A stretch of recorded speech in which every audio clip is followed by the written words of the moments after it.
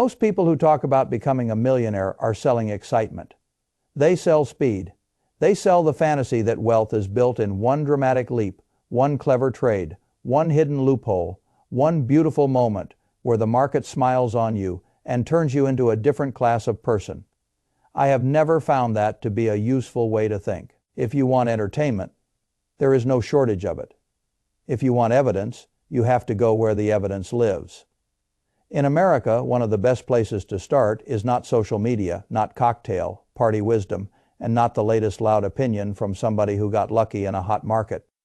It is the data that tracks how real households actually live, save, borrow, invest, and age. When you study that data, something almost disappointingly simple appears. Real-world wealth is not usually built by brilliance. It is built by behavior. That matters because behavior can be repeated. Luck cannot, genius cannot. A private deal you never see cannot. But behavior can. When people use the word millionaire, they usually use it loosely. They use it to describe a lifestyle, a look, a car, a neighborhood, or some online image of success. I prefer a colder definition. A millionaire household is a household with a net worth of at least $1 million. And even there, I think you should make another distinction that many people fail to make. A paid-off home matters. It creates security. It lowers pressure. It can be a wonderful anchor in a life. But a house you live in is not the same thing as a productive asset that throws off cash. If your home is worth a great deal, that is meaningful. But if you are trying to understand what actually gives a family financial independence, you have to separate a roof over your head from a portfolio that can support your life. That distinction is not academic. A great many people feel richer than they are because they mix all forms of wealth together and then assume all of it is equally useful. It is not. A home can protect you. Investable assets can free you. And once you look at real households through that lens, certain patterns become very hard to ignore. I have spent my life studying capital allocation. I have spent an even longer time watching how people behave around money. If you forced me to summarize the path to becoming a millionaire in a way that ordinary people can actually use, I would not begin with exotic strategies. I would begin with a handful of habits that show up again and again when wealth is built in the real world. Not glamorous habits, not exciting habits. Effective habits. The first is that wealthy households save at a meaningfully higher rate, and they do it with more consistency than most people imagine. That sounds too obvious, which is why many people dismiss it. They want a better answer. They want a sophisticated answer. They want a trick. But the absence of drama is exactly the point. If you cannot preserve a healthy spread between what comes in and what goes out, there is no machine to feed. There is no capital to allocate. There is no compounding engine to start. Most people think in terms of occasional sacrifice. Real wealth is usually built through permanent structure. There is a difference. A household that saves only when it feels inspired is not really a saving household. It is a consuming household that sometimes pauses. A household that saves automatically, regularly, and almost impersonally is a different animal altogether. It does not rely on mood. It does not rely on motivation. It does not rely on a perfect month. It is designed to keep going. That is one of the biggest differences I have observed between people who eventually build substantial net worth and people who remain financially fragile for far too long. The wealth builders do not merely intend to save. They arrange their financial life so that saving happens before lifestyle has a chance to absorb everything. That single shift changes more than people realize. When expenses rise, the average household says, "We will save what is left." The problem is that there is almost never much left, and in many years there is nothing left at all. The stronger household says, "We will save first and then live on the remainder." That sounds like the same sentence with the words rearranged. It is not. It is a completely different philosophy of life.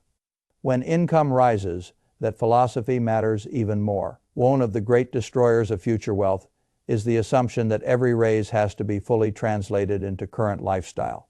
A better year becomes a better car. A better bonus becomes a more expensive house. A promotion becomes a more demanding fixed cost structure. And once those costs harden, they begin to own the household. The family is no longer directing income. Income is now being recruited to defend prior upgrades. That is how people with good earnings end up with weak balance sheets. The millionaires who are built in ordinary ways usually behave differently. They do not live like monks.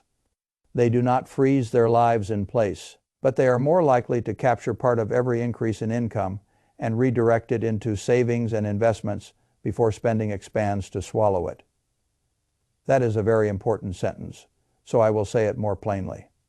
They do not wait to become rich and then start acting disciplined. They act disciplined while they are still becoming rich. I do not mean they never have messy years. Of course they do. Children are expensive. Illness is expensive. Career changes are disruptive. Businesses require seed capital. Parents age. Roofs leak. Markets fall. Life does not send you a calendar invitation before it gets expensive. But again, the real difference is structural. When pressure shows up, strong households tend to trim around the edges first. They slow upgrades, they delay wants, they preserve the habit even if the amount flexes.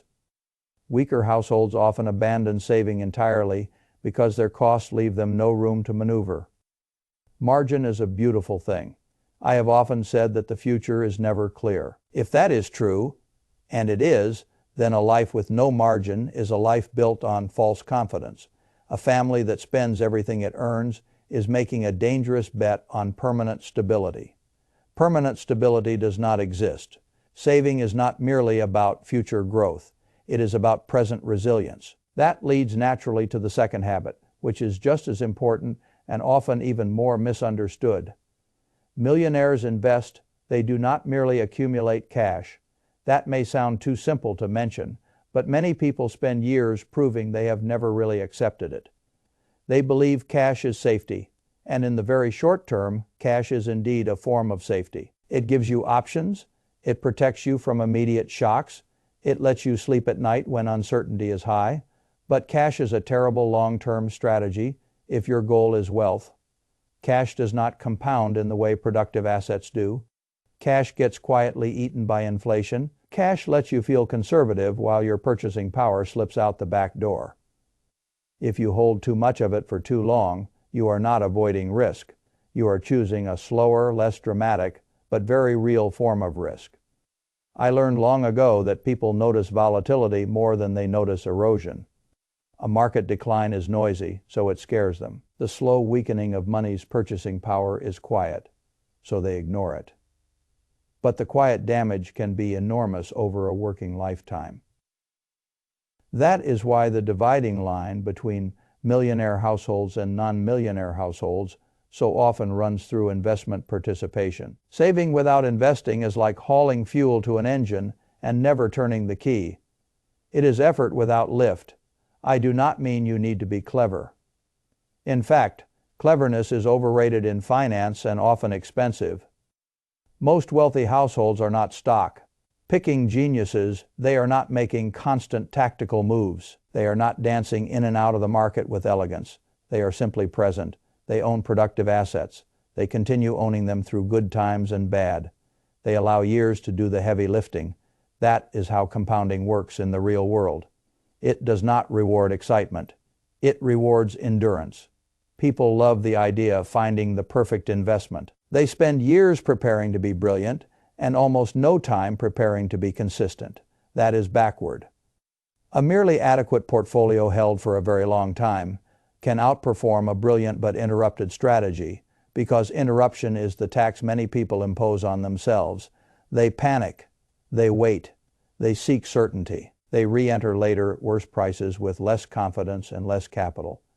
If you ask me what matters most for an ordinary family trying to become wealthy, I would say participation matters more than optimization in the early years. You need to get in the game.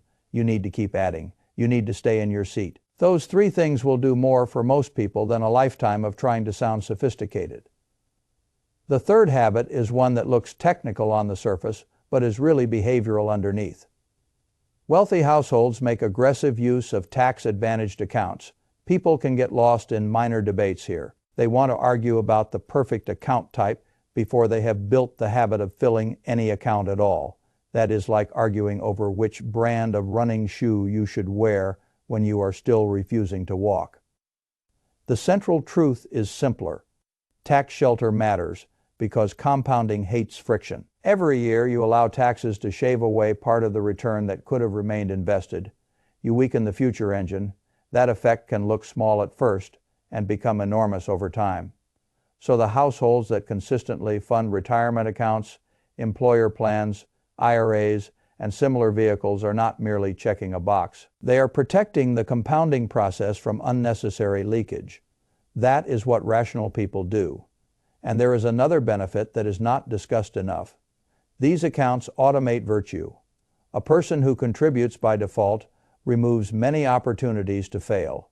A person who has to decide afresh every month whether to invest is asking too much of human nature. I prefer systems to heroic intentions. Systems win more often. You do not become a better allocator by making life harder than it needs to be. The same principle appears in the fourth habit, and here many people resist the lesson because it forces them to confront the social side of money. Millionaires tend to control the big expenses, especially housing. I am not saying wealthy people never own nice homes. Of course they do. I am saying something more important. They are less likely to let housing become a trap. Housing is one of the largest financial decisions most families will ever make, and it has a peculiar power because it looks respectable even when it is destructive. Very few people brag about an oversized streaming bill. Plenty of people will proudly defend an oversized housing payment because it comes wrapped in words like family, success, school district, reward, or permanence. The payment still goes out every month. The cash still disappears. The freedom still narrows. When I look at families that build wealth steadily, one thing shows up over and over again. They often buy less house than they could technically justify. They stay longer. They avoid repetitive upgrading. They get their mortgage under control sooner. They preserve room in the budget for saving and investing, rather than using every available dollar to finance square footage. That is not deprivation. That is strategy. A house can be a wonderful place to live and a terrible place to bury your future cash flow. The distinction lies in proportion. Many non-millionaire households have a great deal of their financial life tied up in the primary residence. Many millionaire households, especially those with strong investable assets, reach a point where the house becomes a smaller piece of a larger, more flexible balance sheet. That is exactly what you want. You want your financial life to expand beyond the walls you live inside. Optionality is wealth. A family with modest fixed costs can survive surprises, invest during rough periods, change jobs without terror, help children without collapsing, and say no to bad opportunities. A family with heavy fixed costs may earn more and still feel poorer every month because every decision is already spoken for. And then you arrive at the fifth habit, which is the one that quietly powers all the others. Millionaires stay at it for a very long time. This is where modern culture does real damage. It persuades young people that if wealth is not visible early, something must be wrong. It encourages comparison at exactly the stage when comparison is least useful. It creates the impression that if you do not look rich by 30, you are failing. And if you are not financially free by 40, you have missed the secret. Nonsense in the real world. Substantial wealth usually arrives late enough that an impatient person would have quit before seeing it. That is one of the cruel jokes of compounding. It is most powerful after most people have emotionally exhausted themselves waiting for it to matter. In the beginning, your effort is obvious and your progress is almost invisible. You save, you invest, you deny yourself certain upgrades, you keep going. And for a while, the visible result does not seem proportional to the discipline required. That is normal. The early years of wealth building feel slow because the machine is small. A modest portfolio does not throw off dramatic gains. Time has not yet had enough capital to work on, but as years accumulate, the nature of the process changes. Growth begins to sit on top of prior growth. Contributions are still important, but they are no longer carrying the whole burden. The portfolio begins to help itself. That is when people on the outside suddenly call you successful. What they are really seeing is the delayed reward of long obedience. This is why I have never had much interest in the fantasy of getting rich quickly. Quick riches tend to create fragile minds, and they often come with hidden risks that only reveal themselves later. Slow wealth, built on repeated sensible decisions, tends to rest on stronger foundations. It teaches patience. It teaches emotional control. It teaches the difference between motion and progress. Most people who end up with $1 million or more did not do it because they were perfect. They did it because they remained operational. They did not blow themselves up. That is a very large advantage. They kept saving when life got complicated. They kept investing when headlines got ugly. They kept using the tax shelters available to them. They kept their biggest expenses from swallowing the entire plan.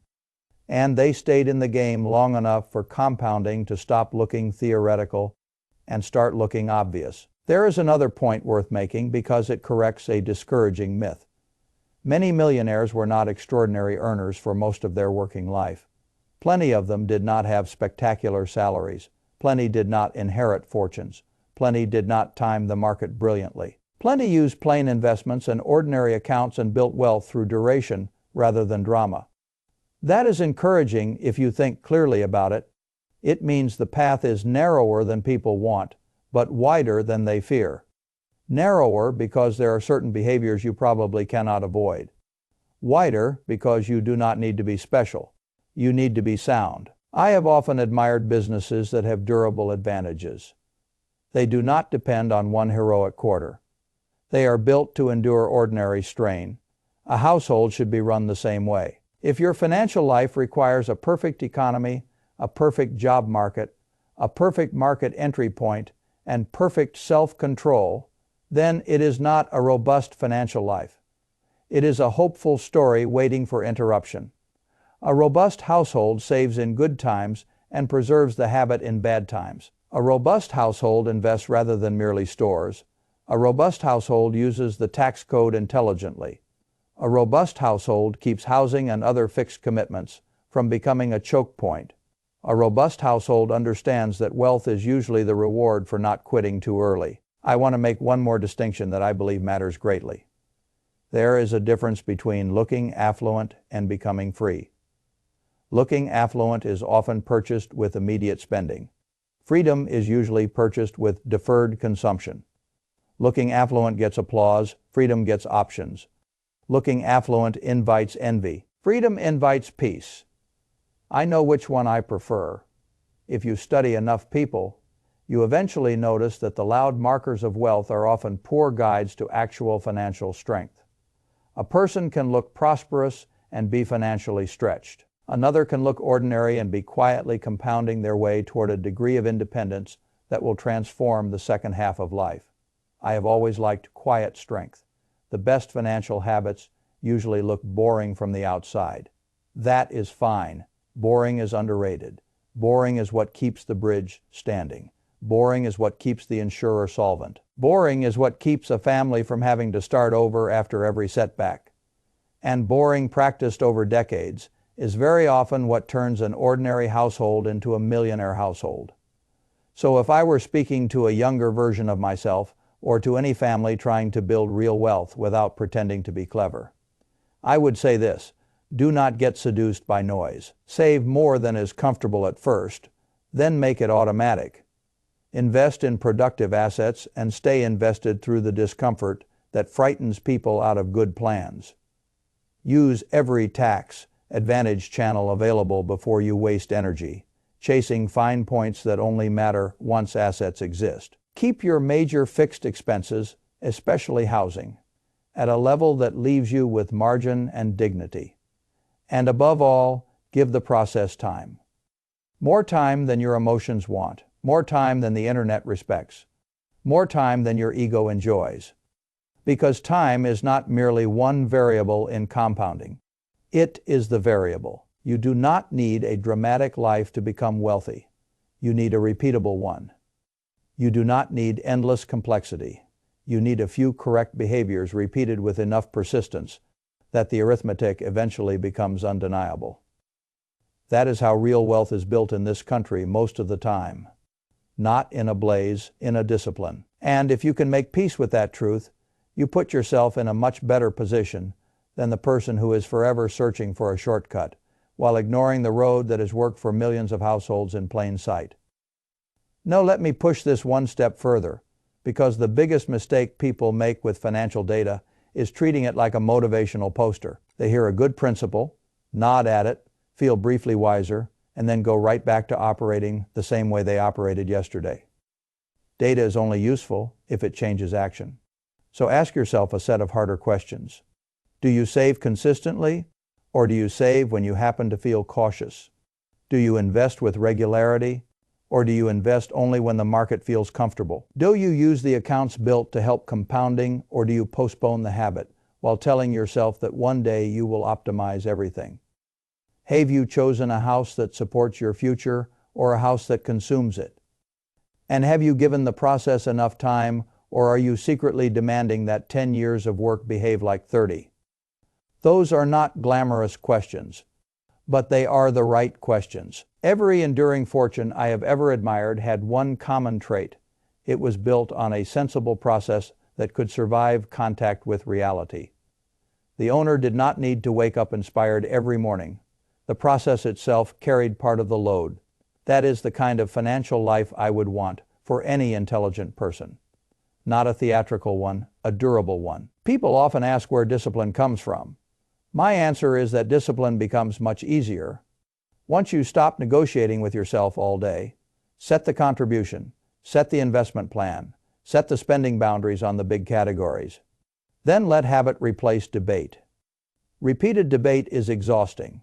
Structure is liberating. That is why the households that become wealthy often look less flexible in the short run and more free in the long run.